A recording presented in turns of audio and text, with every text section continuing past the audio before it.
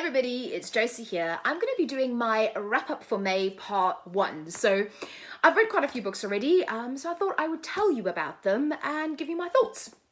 So the first one, I've been reading a few autobiographies already, and I've got quite a few non-fiction and autobiographies on my list. So I've gotten through 2 already. The first one here is this one. It's The Rise and the Fall and the Rise of Brix Smith Start.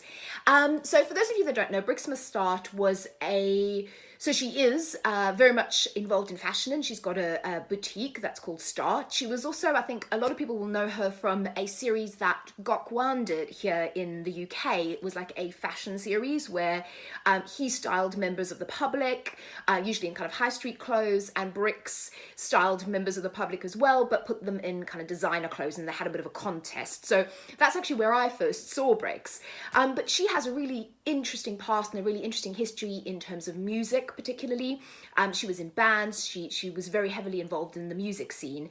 And this book focuses kind of on the 1980s. It talks about her growing up. It talks about her getting into the music scene. Talks about her the men she was with and her husband and her family.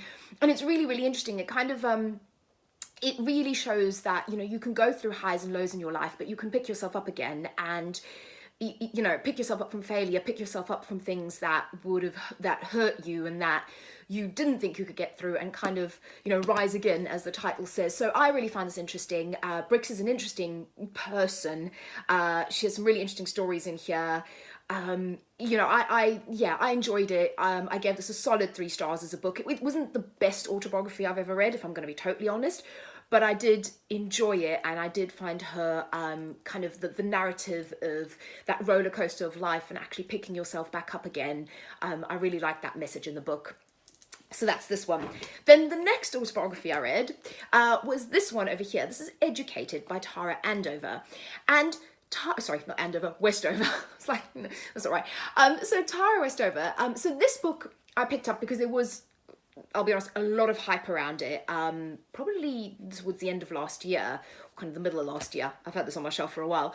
So Tara grew up in a very conservative Mormon family, but her father kind of took it to the extreme where he became a bit of a kind of an end of days culter, and the kids in her family, including Tara, they weren't allowed to go to school. They were home educated. Her father had a lot of really kind of strong beliefs that the government was trying to monitor them, and like things like they weren't allowed to eat dairy. And it's really fascinating to kind of get into the mind of a kind of somebody like that, and living with somebody like that.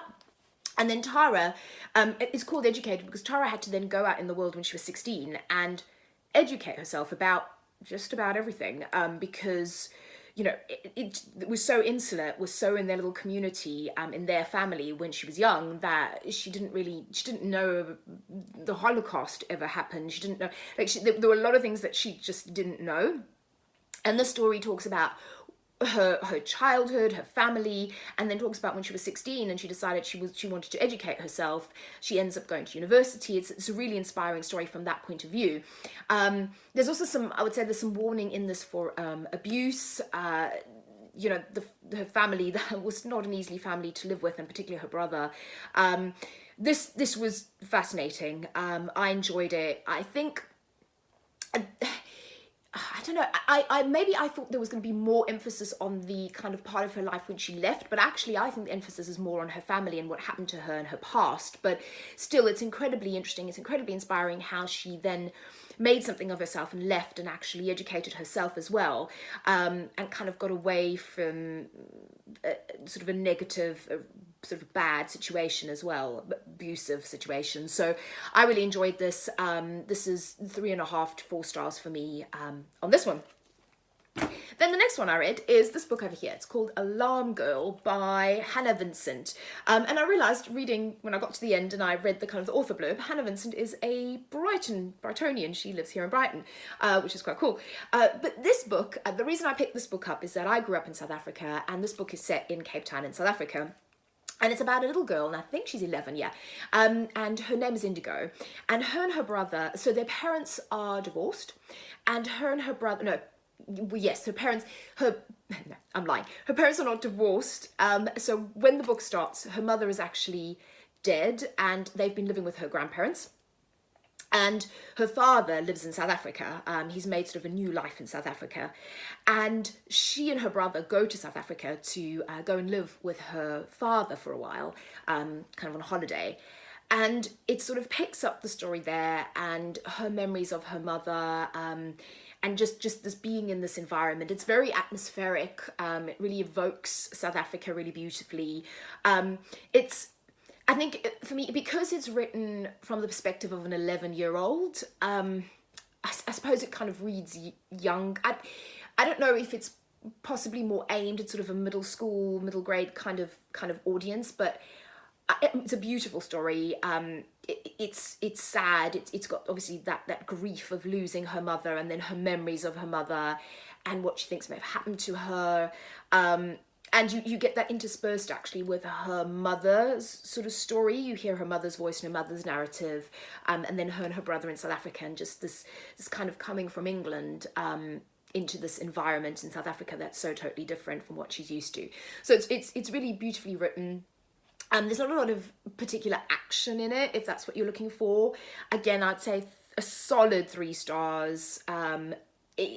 It's a beautifully written book, but if you're looking for a lot of plot and a lot of narrative, that's not necessarily going to be there. And also the protagonist is very young in this. And at the moment, I'm not entirely sure where I sit on that, if I'm honest. But it is, if you want to read something that really evokes South Africa, it's very beautifully written. And like I said, it is quite a sad story as well. And this idea of grief and loss in quite a young character.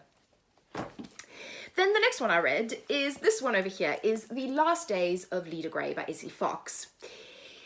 Now, I'm going to say right off the bat, I was really looking forward to this book. So the premise of this is that you've got like a movie star, like a silent movie actress from the 1920s, 1930s, and a journalist goes and he talks to her, and it's obviously when she's very old, and he discovers and uncovers things about her life, and secrets about her life. And I mean, that sounded incredible. It sounded a bit like Evelyn Hugo. And to some degree it is. So you obviously get the backstory of Leda Grey and her life. But I don't know what it is. So I've read another Izzy Fox book, and I feel like this is going to be the last one I read, because there is something about her writing style, although very beautiful, quite lyrical, well written, but there's something about it that, I don't know how to put this.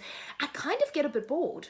And I feel like I shouldn't be, like, with the premise of that book, I shouldn't be bored. With the premise of the other book, I can't remember what it was called as well. It also had a really nice premise, but I got a little bit bored. And with this one as well, in parts, I sort of found myself going, I just felt like it could have been I don't know, maybe if Tara Jenkins Reid had written it, it would have been better executed. I don't know. I can't.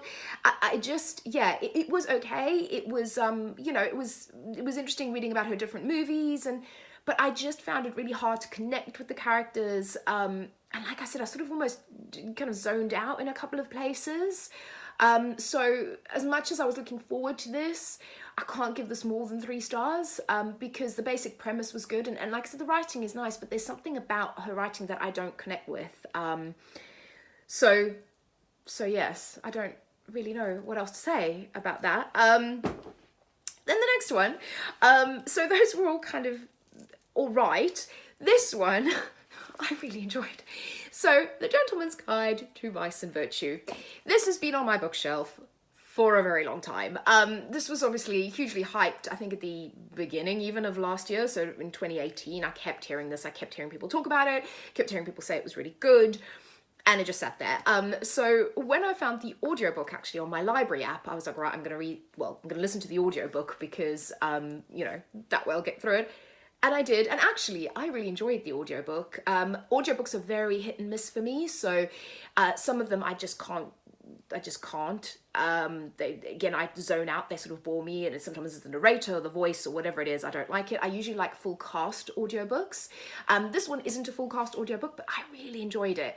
And the story is so much fun. So you've got Monty, you've got your three characters, you've got Monty and Percy, who are, I suppose, the two main characters, and they're kind of going off, so this is set in like 1700, I think, like really early, and they are going off on this like tour of Europe, and Monty is a gentleman, and he's meant to be, he's sort of like a lord type of thing, and he's meant to take over his father's lordship and estate when he comes back from this grand tour, but he's a bit of a rake and a bit naughty, and he likes the boys, which at that time you don't do that. So him and his best friend Percy, who he's kind of in love with, and his sister Felicity go off on this kind of tour of Europe, and this is a lot of fun. This is like, it's really sweet in places, particularly with Percy and Monty, and they're discovering their feelings for each other, and that's really beautiful. There's pirates, there's stolen things, there's dukes chasing them, there's Venice, it's a great fun story. I had a blast with it. I loved it, and I finished the audiobook, and I immediately reserved the sequel, which is A Lady's Guide to Pirates and Petticoats and Piracy, or something along those lines, which is the follow-up, and I believe that one focuses on Felicity, so Monty's sister. So I kind of reserved that one for my library, but it's only available in 2 months anyway, because I want to know what happens. So I really enjoyed this. I would say this is like 4 stars. It's fun. It's even maybe 4.5. It's just a really fun book, but also has a real heart to it, when we're kind of discussing Monty and Percy and their feelings for each other, which I really liked. So yeah, love that one. And then the last one is this hunk of a book here, Night Film by Marisa Pessl. Now, this book, again, this is one I've been dying to read. It's been sitting on my bookshelf. It is very long, so I was hoping that it would be good.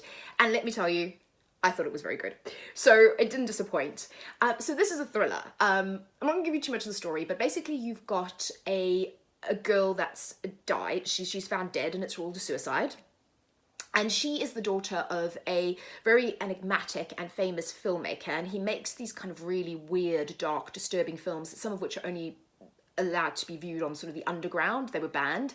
And he's very reclusive, and there's a lot of mystery around him. And then his daughter was a bit of a piano prodigy. She was incredible with music, but she's apparently committed suicide. And you have a reporter who looked into her father, Saul Cordova as her father, and a while back, and he thought there was something shady going on, and then when he finds out about the suicide, he kind of goes back in and he wants to investigate her, and he wants to investigate the family. So that's kind of the premise of the book. And I really enjoyed this.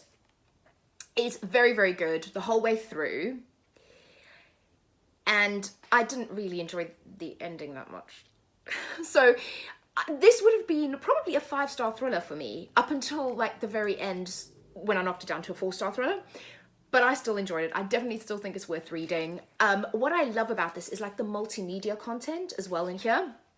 And this is like you getting online things about her father, about Cordova, about his films.